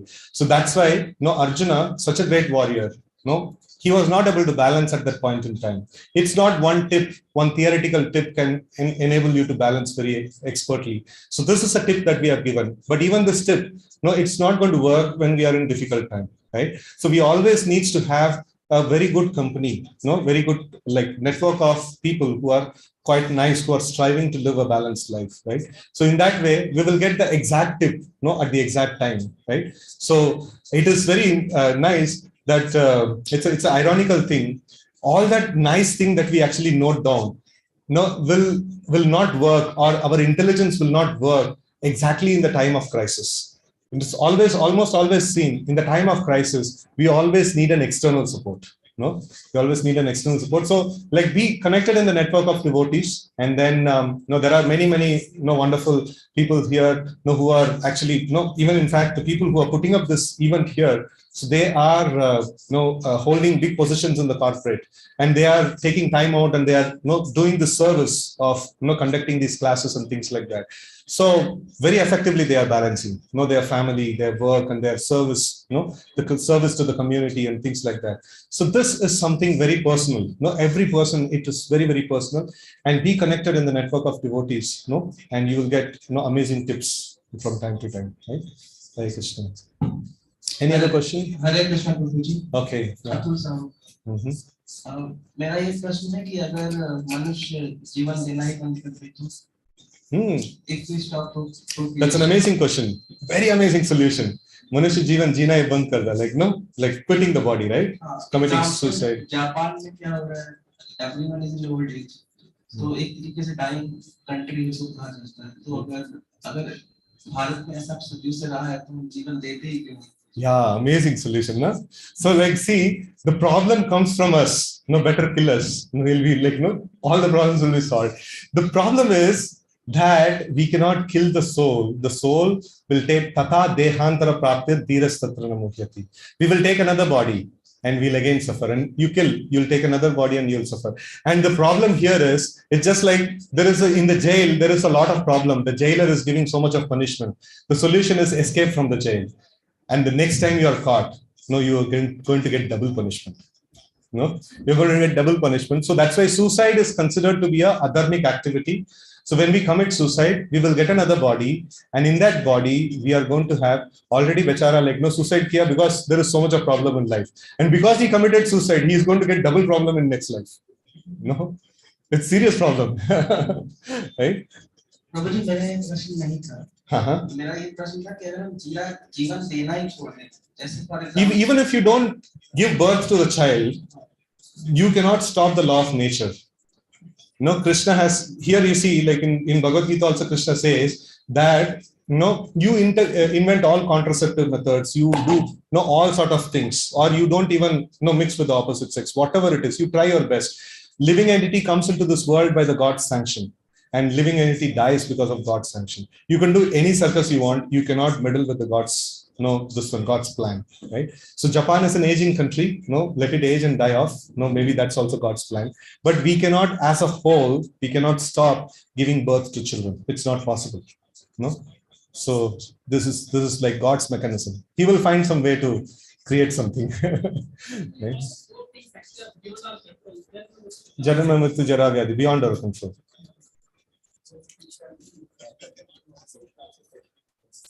Okay, so more questions. We can take it on Wednesday, right? Yeah, maybe one question from Mataji's side we can take. Yeah, anybody from this side? You have any question? Okay. Mike, can you pass on? Yeah, I'm Avantika. Today morning itself, I saw some post on social media about detachment, which says detachment is not something that you don't own it. It's basically that thing doesn't own you. So I want to know what is the practice, like how to practice detachment. So just like we had seen this example of child being attached to a toy, so a parent is detached from it. Why the parent is detached from it? Because the parent has grown up. Right? So when we have the lower consciousness, when we are able to see only the temporary things, so when your level of consciousness is very low, so then we will be attached. We have to be attached. By nature, we cannot live without attachment. So only, the Bhagavad Gita, Krishna says, Param Drishtva Nivartate. Param Drishtva means superior. Drishtva means to have an experience of the superior. So when I have an experience of superior, I can give up the lower thing. So in the same way, if I want to be detached from the temporary things of the world, I have to become attached to a permanent thing, a higher thing. We have to become attached to the Supreme Lord. Krishna is so beautiful. His decoration is so beautiful, right? And the names of the Lord is so beautiful. So when you chant and hear the names and you actually meditate on this sound vibration and you take pleasure in the higher aspects, naturally you'll develop detached from the lower aspects, right? So the parents actually grow detached from the toys. They were also attached once upon a time, but then they are now detached because they have grown up, right? So growing up is the right way of getting detached, right? So here, all of us are there for growing up in spiritual life. Right? Hare Krishna. So the further questions we will take on Wednesday, and now we will have a mantra meditation session. So this is the real solution for all the suffering, real solution for detachment, real solution for attachment to the Supreme Lord, everything. This is the amazing solution. And we saw the slokas we see every day, like in every session. Kritaya dhyayato Vishnu. So in the Satya Yuga, the method of worship of the Lord is dhyana, right? So sitting in the lotus posture and then meditating and things like that. And Tretayam Ejito Makai. In Treta Yuga, elaborate fire sacrifices were the method of worshipping the Lord. And Dwapare Paricharyayam. In Dwapar Yuga, the elaborate temple worship, that's the method of worship, of the Lord. And Kalautad Hari Kirtana. So in Kali Yuga, the chanting of the names of the Lord and singing of the names of the Lord. So this is very, very essential. And Hari Kirtana. So this is the Hari Kirtana. And all that Gita that we are trying to study, this is the root of everything. Now, one thing, Gita is a spiritual subject. And if we want to understand the spiritual subject, we have to become advanced in the process of chanting. The more we chant nicely, more we advance in this process. Like, what is the sign of advancement in this process? If you are able to chant and you are able to hear only your sound vibration, okay, like other sound vibration also you are hearing, but your mind is not disturbing you. No, you are completely able to cut off your mind and you are able to actually loop in the sound vibration. You chant and you hear. And if you are able to hit this balance, then that is considered to be a very, very amazing level of advancement in this process of chanting. And when you do that, you'll really feel blissful. You'll really feel we cannot explain in words. It's so amazing a feeling. So try to experience that and try to do this thing. And like as always, newcomers say, it's very difficult to control the mind, right? So I'll give you a tip. Krishna says in Bhagavad Gita, Maya Dakshena Prakriti. I am the controller of Prakriti, and mind is also a part of the Prakriti. We've studied, right? Bhumi Rapa Analavayo Kammano Buddhi Revacha. Mind is also a part of this. And then Krishna says that, Mama Maya Duratyaya, my material nature you cannot overcome. But Ma Mevaye Prapadyante, Maya Metam Tarantite. But if you take shelter of me, I will control my Maya. The mind actually is an energy of Krishna, and he can very effectively control. If the mind is raging, no, please offer a prayer to Krishna. Krishna, I'm trying to chant your names. No, please give me like some kind of like absorption in this. Please allow me to hear these names, right? So my mind is tormenting, my mind is dragging me in different ways. No, Krishna, please allow me to hear your names. No, I just want this much. So offer a prayer, no, and say to Krishna that, like, I know this mind belongs to you. You are the controller of this mind. You have full capacity to control this mind. Kindly, please control this mind for me. I want to just get absorbed in the sound vibration. Please give me this opportunity to hear your names clearly, right? So we just offer this prayer and then try to chant the names of the Lord with absorption, right? So it will be really, really very powerful, right? So now we will start our mantra meditation. So who will conduct this mantra meditation? Okay. Hare Krishna.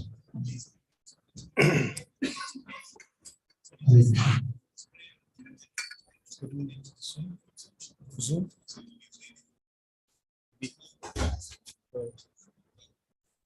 We continue the Zoom, right?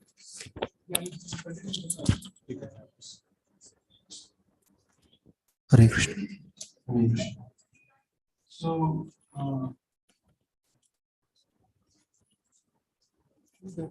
we have the mantra session.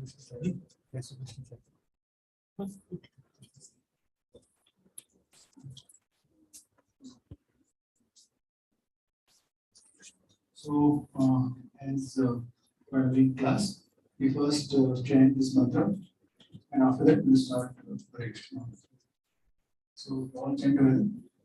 Jai Shri Krishna Chaitanya Prabhu Nityananda Shri Advaita Gadadhara Shivasadi Gaura Bhaktivinoda. And then we start with Mahamantra for Mantra. Hare Krishna, Krishna Krishna, Hare Hare, Hare Ram, Ram Ram, Hare Hare, Hare Krishna, Krishna Krishna, Hare Hare, Hare Ram, Ram Ram, Hare Krishna, Krishna Krishna, Hare Hare, Hare Ram, Ram Ram, Hare Krishna, Krishna Krishna, Hare Hare, Hare Ram, Ram Ram, Hare Krishna, Krishna Krishna, Hare Hare, Hare Ram, Ram Ram, Hare Krishna, Krishna Krishna, Hare Hare, Hare Ram, Ram Ram, Hare Krishna, Krishna Krishna, Hare Hare, Hare Ram, Ram Ram, Hare Krishna, Krishna Krishna, Hare Hare, Hare Ram, Ram Ram, Hare Krishna, Krishna Krishna, Hare Hare, Hare Ram, Ram Ram, Hare Krishna, Krishna Krishna, Hare Hare, Hare Ram, Ram Ram, Hare Krishna, Krishna Krishna, Hare Hare, Hare Ram, Ram Ram, Hare Krishna, Krishna Krishna, Hare Hare, Hare Ram, Ram Ram, Hare Krishna, Krishna Krishna, Hare Hare, Hare Ram, Ram Ram, Hare Krishna, Krishna Krishna, Hare Hare, Hare Ram, Ram Hare Krishna, Krishna Krishna, Hare Hare, Hare Ram, Ram Hare Krishna, Krishna Krishna, Hare Hare, Hare Ram, Ram Hare Krishna, Krishna Krishna, Hare Hare, Hare Ram, Ram Hare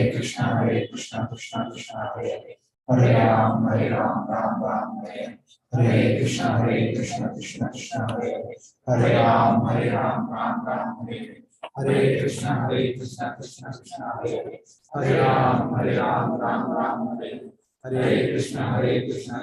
Krishna,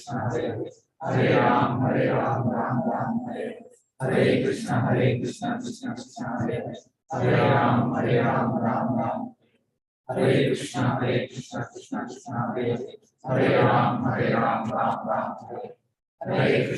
Krishna, Krishna Krishna, Hare Hare, Hare Ram, Ram Hare Krishna, Krishna Krishna, Hare Hare, Hare Ram, Ram Hare Krishna, Krishna Krishna, Hare Hare, Hare Ram, Ram Hare Krishna, Krishna Krishna, Hare Hare, Hare Ram, Ram Hare Krishna, Krishna Krishna, Hare Hare, Hare Ram, Ram Hare Krishna, Krishna Krishna, Hare Hare, Hare Ram, Ram Hare Krishna, Krishna Krishna, Hare Hare, Hare Ram, Ram Hare Krishna, Krishna Krishna, Hare Hare, Hare Ram, Hare Krishna, Krishna Hare Hare, Hare Ram, Ram Hare Krishna, Krishna Krishna, Hare Hare, Hare Ram, Ram Hare Krishna, Krishna Krishna, Hare Hare, Hare Ram, Ram Hare. Hare Krishna, Krishna Krishna, Hare Hare, Hare Ram, Ram. Hare Krishna, Krishna Krishna, Hare Hare, Hare Ram, Ram Hare. Hare Krishna, Krishna Krishna, Hare Hare, Hare Ram, Ram Hare. Hare Krishna, Krishna Krishna, Hare Hare, Hare Ram, Ram. Hare Krishna, Krishna Krishna, Hare Hare, Hare Ram, Ram Hare. Hare Krishna, Krishna Krishna, Hare Ram, Ram Hare. Hare Krishna, Krishna Krishna, Hare Hare, Hare Ram. Hare Krishna, Krishna Krishna, Hare Hare, Hare Ram, Hare Krishna, Krishna Krishna, Hare Hare, Hare Ram, Ram. Hare Krishna, Krishna Krishna, Hare Hare, Hare Ram, Ram Hare. Hare Krishna, Krishna Krishna, Hare Hare, Hare Ram, Ram. Hare Krishna, Krishna Krishna, Hare Hare, Hare Ram, Ram. Hare Krishna, Krishna Krishna, Hare Ram, Hare Krishna, Krishna Krishna, Hare Hare Ram, Ram. Hare Krishna, Krishna Krishna, Hare Hare, Hare Ram, Ram. Hare Krishna, Krishna Krishna, Hare Hare, Hare Ram, Ram. Hare Krishna, Krishna Krishna, Hare Hare, Hare Ram, Ram. Hare Krishna, Krishna Krishna, Hare Hare, Hare Ram, Ram. Hare Krishna, Krishna Krishna, Hare Ram, Ram. Hare Krishna, Krishna Krishna, Hare Ram, Hare Krishna,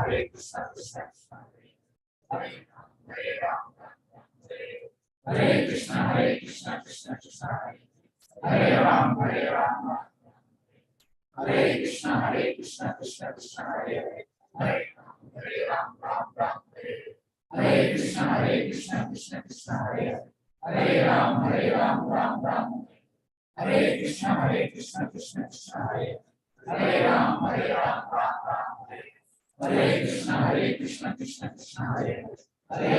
Hare Ram. Hare Krishna, Krishna Krishna, Hare Ram, Ram. Hare Krishna, Krishna Krishna, Hare Ram, Ram. Hare Krishna, Krishna Krishna, Hare Ram, Ram. Hare Krishna, Krishna Krishna, Hare Ram, Ram. Hare Krishna, Krishna Krishna, Hare Ram, Ram. Hare Krishna, Krishna Krishna, Hare Ram, Ram. Hare Krishna, Krishna Krishna, Hare Ram, Ram.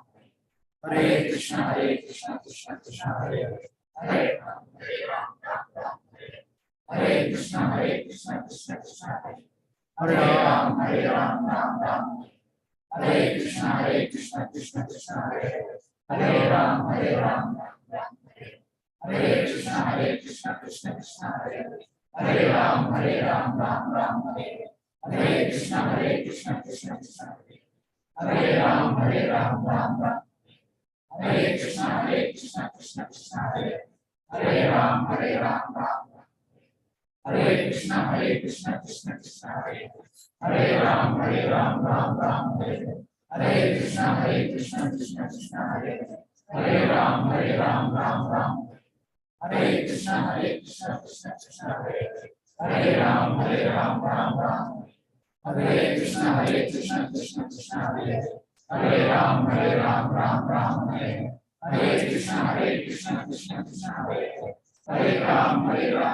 Ram. Hare Krishna, Krishna Krishna, Hare Ram, Ram. Hare Krishna, Krishna Krishna, Hare Ram, Ram. Hare Krishna, Krishna Krishna, Hare Ram, Ram. Hare Krishna, Krishna Krishna, Hare Ram, Ram. Hare Krishna, Krishna Krishna, Hare Ram, Ram. Hare Krishna, Krishna Krishna, Hare Ram, Ram. Hare Krishna, Krishna Krishna, Hare Ram, Ram. Hare Krishna, Krishna, Hare Ram, Ram. Hare Krishna, Krishna Krishna, Hare Ram, Ram.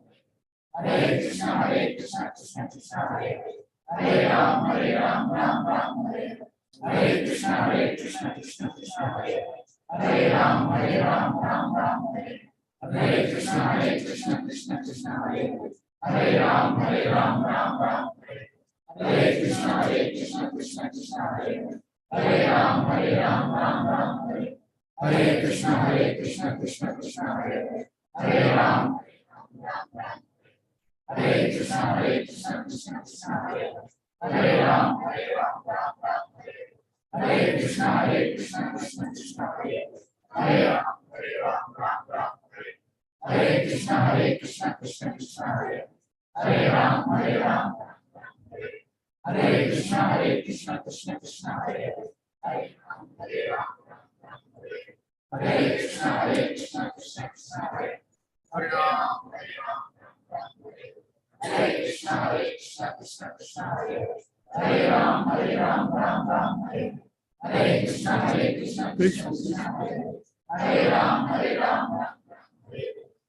Krishna, Krishna Hare Hare Krishna, Krishna Hare Hare Ram, Hare Krishna, Krishna Hare Hare Ram, Hare Krishna, Krishna Hare Hare Ram, Hare Krishna, Krishna Hare Hare Ram, Hare Krishna, Krishna Hare Hare Ram,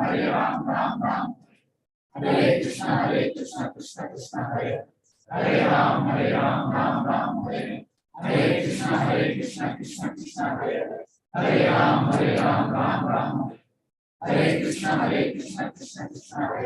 Hare Ram,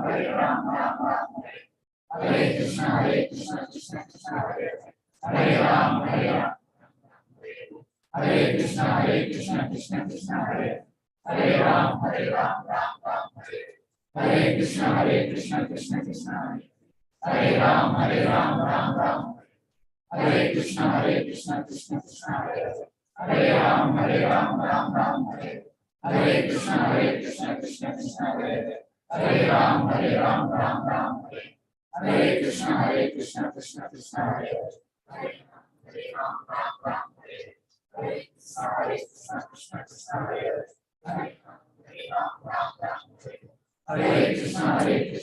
Krishna Hare Hare Krishna, Krishna Hare Hare Krishna, Krishna Hare Hare Ram,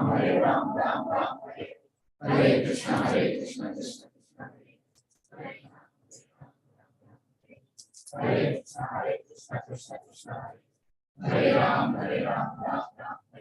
Jai Shri Krishna Chaitanya Prabhu Nityananda, Shri Advaita Srivastava Gaur Bhakta.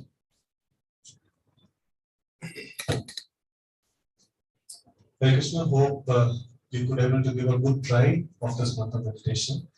As I mentioned, the mind may wander in the beginning, but over a period of time, so you'll be able to get this balance and you'll be able to chant nicely.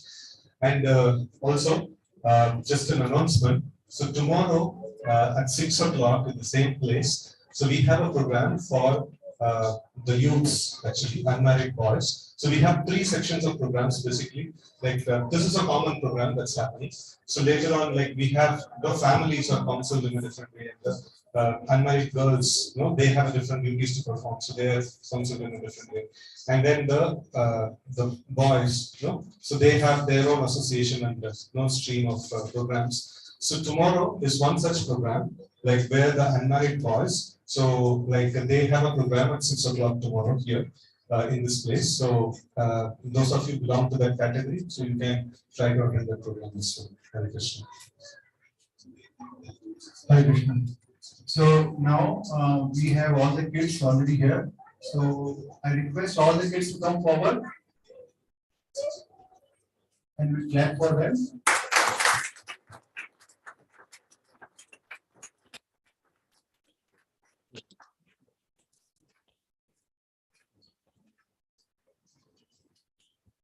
Hare Krishna. So we have Rati Prada Chitra Mataji who has engaged the kids. So we like to see what kids have done today.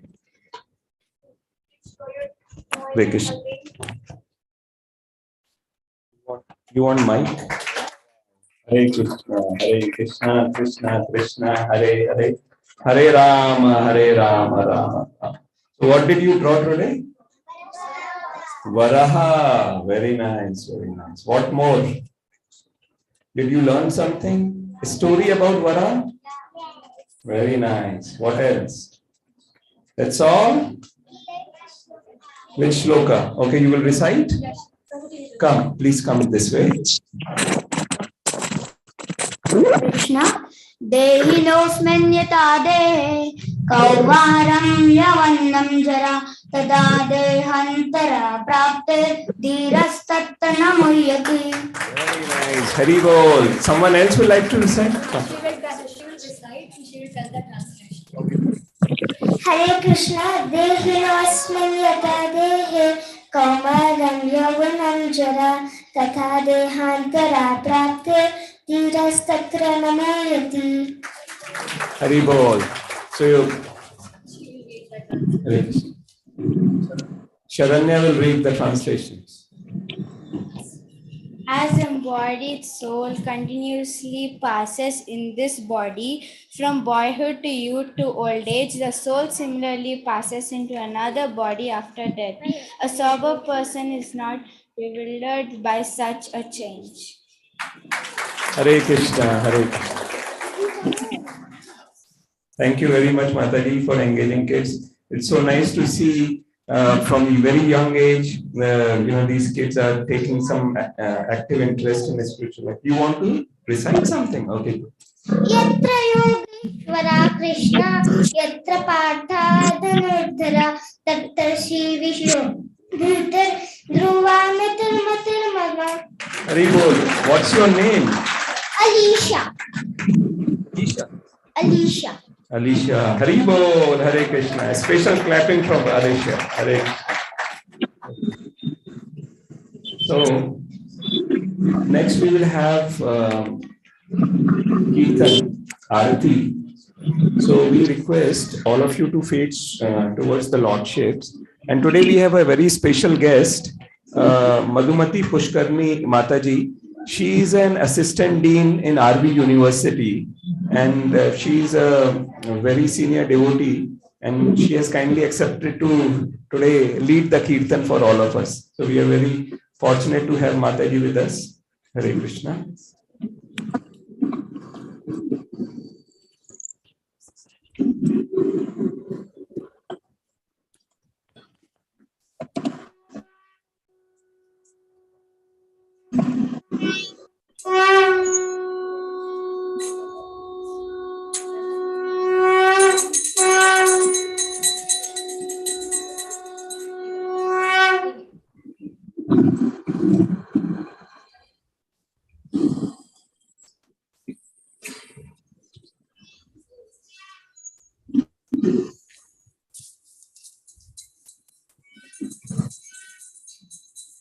Hari Sundara Nanda Mukunda Hari Narayana Hari Om Hari Sundara Nanda Mukunda Hari Narayana Hari Om Hari Sundara Nanda Mukunda Hari Narayana Hari Om Hari Keshava Hari Govinda Hari Narayana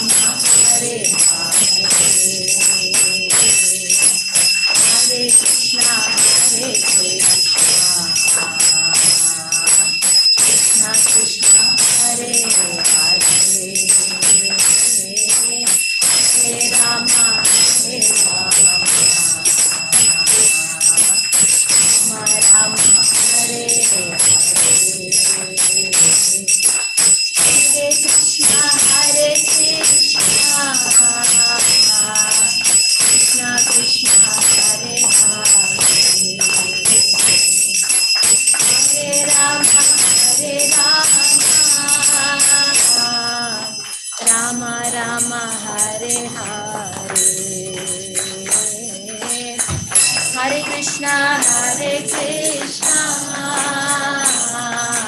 Krishna Krishna, Hare Hare, Hare Rama, Hare Rama, Rama Rama, Hare Hare, Hare Krishna, Hare Krishna, Krishna Krishna, Hare Hare, Hare Rama, Hare Rama, Rama Rama, Hare Hare, Hare Krishna, Krishna Krishna, Hare Hare, Hare Rama, Hare Rama, Rama Rama, Hare Hare, Hare Krishna, Hare Krishna, Krishna Krishna, Hare Hare, Hare Rama, Hare Rama, Rama Rama, Hare Hare, Hare Krishna, Hare Krishna,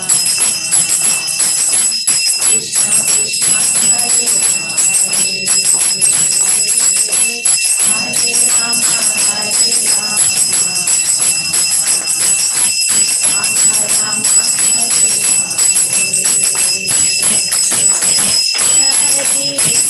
Krishna, Hare Govinda, Hare Narayana, Hare Krishna, Hare Krishna, Hare Govinda, Hare Hare Krishna, Hare Krishna, Hare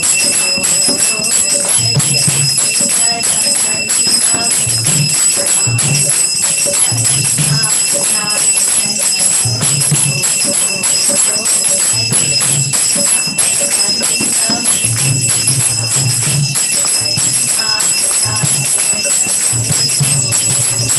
Hare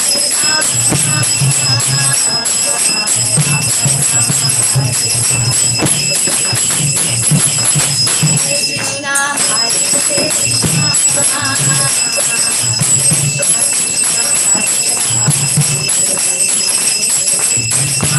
Rama, Hare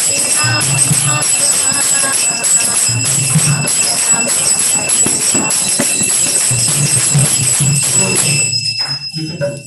So we can come to this at that side and master will really at this side to offer the flowers. This at this side will to this Hare Krishna, Hare Krishna, Hare Rama, Hare Rama, Rama Rama, Hare Hare,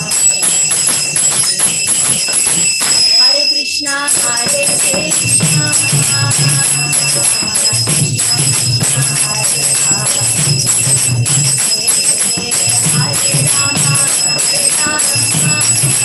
Krishna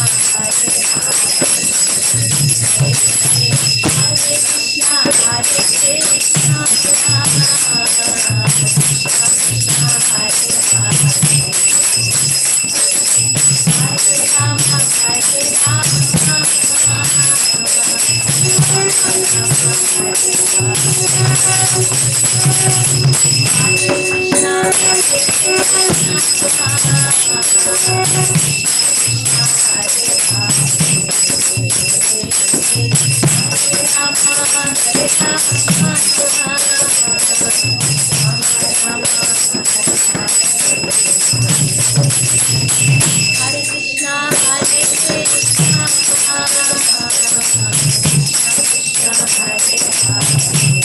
Hare, Hare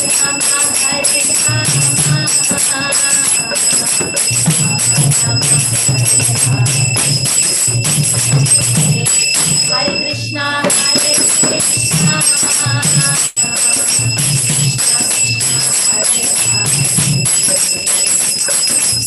Hare Rama, Hare Krishna, Hare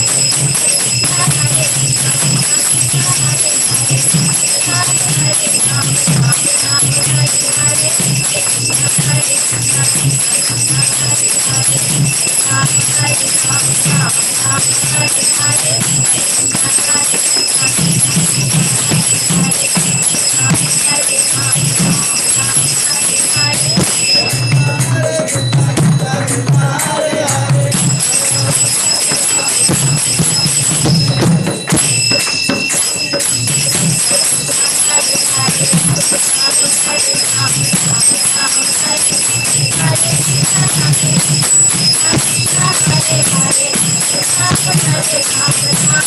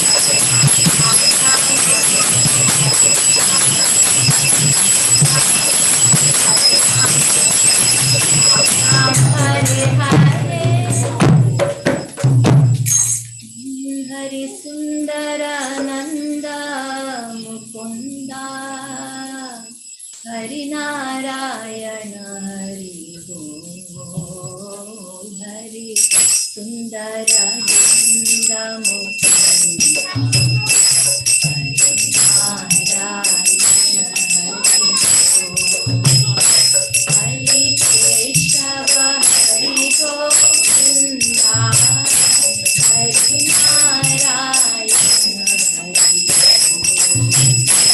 Hari Keshava Hari Govinda Hari Narayana Hari Hare Krishna Hare Krishna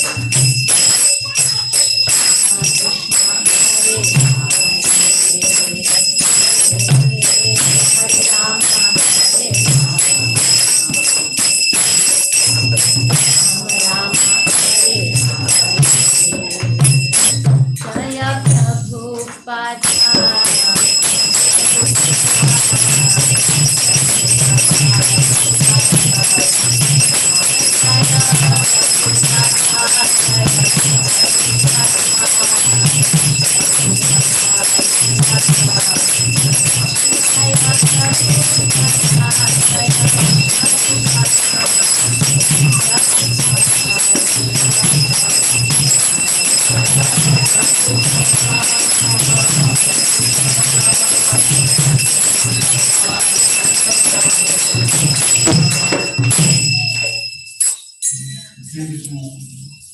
So now we will have prasad. So usually prasad is on the fourth floor. So I request first Mataji to please proceed for the for prasad on the fourth floor, and after the Mataji on the floor.